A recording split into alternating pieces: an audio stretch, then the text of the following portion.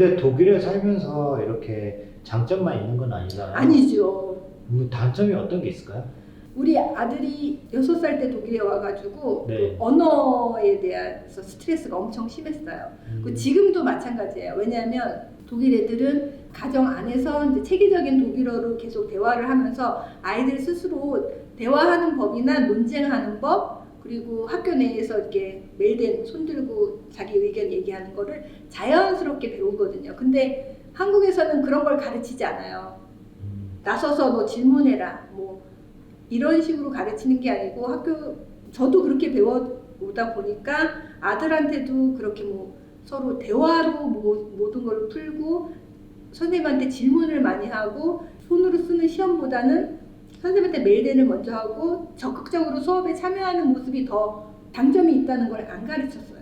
저 스스로도. 그래서 그런 것들이 아직까지 학교에서 우리 아들이 겪는 어려움이에요. 그거 말고는 또 뭐가 있을까요?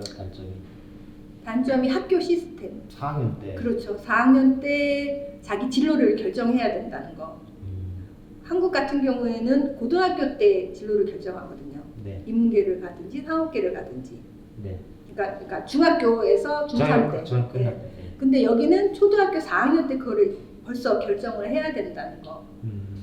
그러기에는 너무 아이한테 의견을 물어보기도 너무 어린 나이고 네. 자기가 뭘 할지 뭘 하고 싶은지도 모르는 나이인데 그거를 정하라고 하니까 네. 부모가 정해줄 수밖에 없는 거예요. 아이의 의견보다는. 그렇죠. 네. 그런 것들이 너무 일찍 정해지는 게 좀 정말 좀 아쉽고 그리고 한국에 있을 때 엄마들이 독일에 대한 교육 환상이 있거든요. 네. 그 선생님들이 아이들한테 무한정 기다려준다. 인내심을 가지고. 안 그렇더라고요. 기다려주지 않아요. 그냥 지나가고 끝이에요. 그거에 대한 보완이 없어요. 그래서 기다려준다고 한 것 같은데 아니네. 그거는 확실히 선생님마다 좀 많이 다른 것 같아요. 학교에서 저도 수업을 들었을 때는 그런 선생님도 있었고 안 그런 선생님도 있었는데 이게 선생님마다 다 다른 것 같아요. 선생님들 중에서는 그 공부 잘하는 애들 있잖아요. 걔네들한테 맞춘 경향이 있는 선생님들이 있더라고요. 그러면은 이제 못하는 애들이 좀 많이 소외대응하고 그런 경우도 없지 않아 있고요. 안 그런 경우에는 이제 좀 젊은 사람들은 있잖아요. 젊은 선생님들은 좀 덜 그렇더라고요. 확실히 젊은 선생님들이 이제 못하는 애들 이제 조금 더 많이 챙겨주고 그렇긴 하더라고요. 그런 경우도 있고, 네. 그러니까 저 같은 경우에는 좀 그런 면에서 좀 실망을 많이 했고, 네. 그리고 근데 이제 한편으로는 다른 한쪽으로 굉장히 좋은 건 장애아나 좀 문제가 있는 아이들에 네. 관해서 지원이 엄청나다는 거. 그 우리 아들이 처음에 유치원에서 초등학교 갈 때 건강 검진을 하잖아요. 네. 근데 청력 검사를 했는데 네. 왼쪽 귀에 문제가 있다는 거예요. 네. 그래서 평상시에 아무 문제가 없었거든요, 우리 아들이. 네. 그래서 나는 도저히 이해를 할 수가 없는데 병원에 가보라는 거예요, 문의 클리닉에. 네. 대학병원에? 네, 대학병원에 갔는데 못 듣는데요, 얘가. 아 진짜요? 네. 근데 아예 못 듣는 게 아니고 네. 특정한 상황에서. 예를 들면 이렇게 조용한 데서는 다 듣는데 네. 학교 같이 애들이 막 웅성웅성 떠들고 선생님이 얘기를 하는 거를 못 듣는다는 거예요. 그러니까 선택적으로 골라 들어야 할 것들을 못 고른다는 거죠. 왼쪽 귀가. 그래서 그거에 대한 지원을 너무 잘해주더라고요. 아직 그게 얘가 아예 못 듣는 것도 아닌데 네. 그 선택적인 소리를 못 듣는 거에 대한 지원을 네. 아낌없이 해주더라고요. 훈련을 시키는 건가요? 아니요, 훈련이 아니고 계속 검사하고 네. 뭐 진단 받고 그다음에 이제 보청기. 그래서 지금 보청기를 끼고 있거든요. 근데 성인 될 때까지는 계속 정기적인 검사를 해가지고 보청기를 껴야 된다고 하더라고요. 그렇지 않으면 이제 선생님 말을 못 들으니까. 그걸 알기 전에는 엄청난 스트레스였을 수도 있겠네요. 그렇죠. 아이는 자기가 못 듣는 걸 모르죠. 그러니까 이제 독일어로 말해서 못 듣는 거라고 생각할 수도 그렇죠. 있으니까. 그래서 학교에서 아이들한테 거짓말쟁이로 얘가 소문이 났던 적이 있어요. 왜냐면 어떤 때는 듣고 어떤 때는 못 들었다고 하니까 너 거짓말쟁이야? 그리고 그 다음부터 이제 보청기 끼는 거 알고 나서부터 이제 아이들에 대한 오해도 없어지고 그 아이들에 대한 의료적인 지원, 복지 지원 이런 거는 굉장히 정말 존경할 만하게 잘 돼 있는 것 같아요.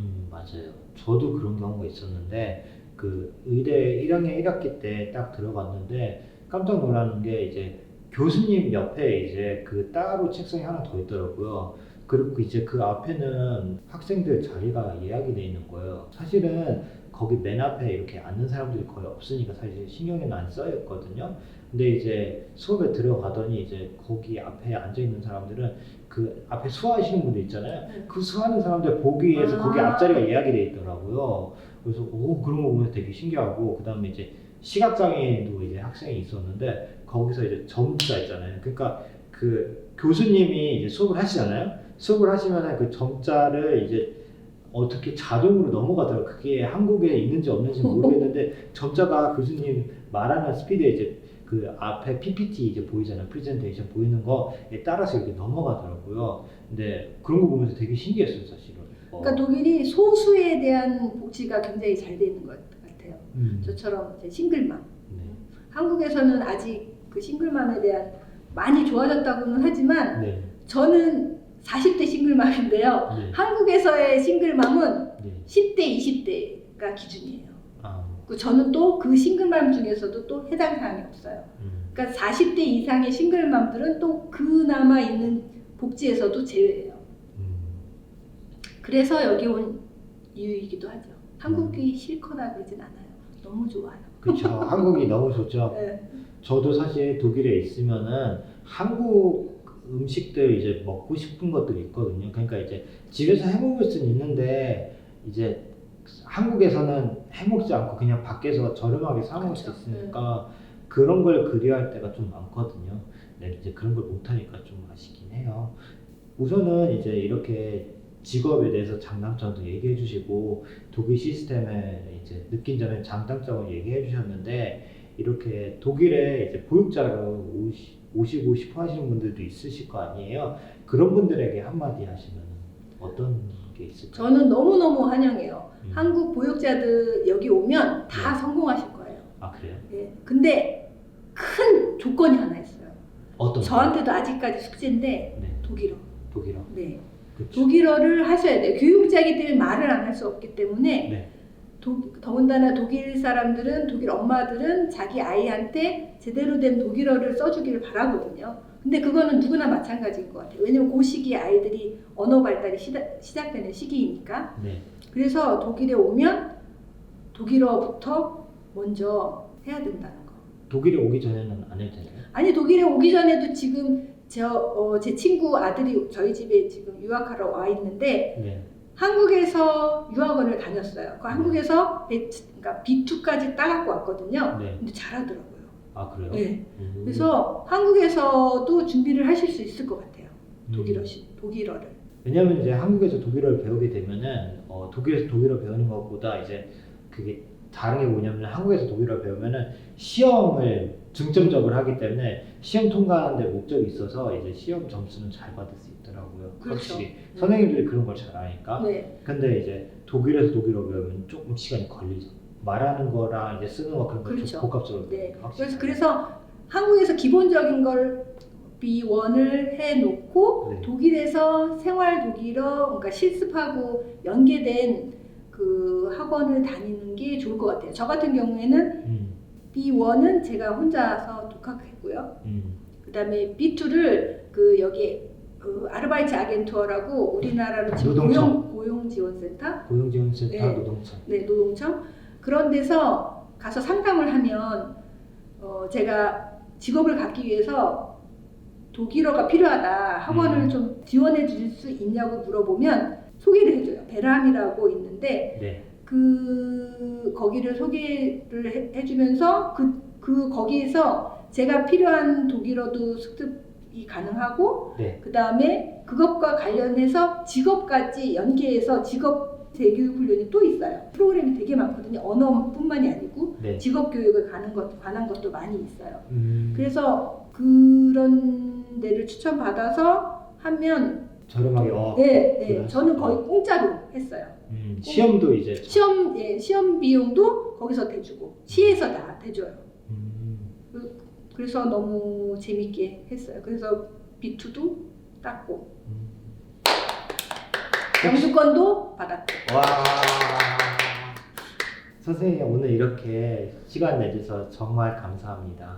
감사합니다. 아 그리고 이제 저희 이제 이렇게 시청해 주셔서 감사하고 혹시 이제 보육자가에 대해서 더 궁금하신 질문 사항이나 아니면은 더 알아보고 싶으신 내용이 있으시면은 댓글에 달아주시면은 저희가 선생님 한 번 더 모시고 이렇게 네, 또 또 올게요. 촬영해 보겠습니다. 시청해 주셔서 감사합니다. 감사합니다.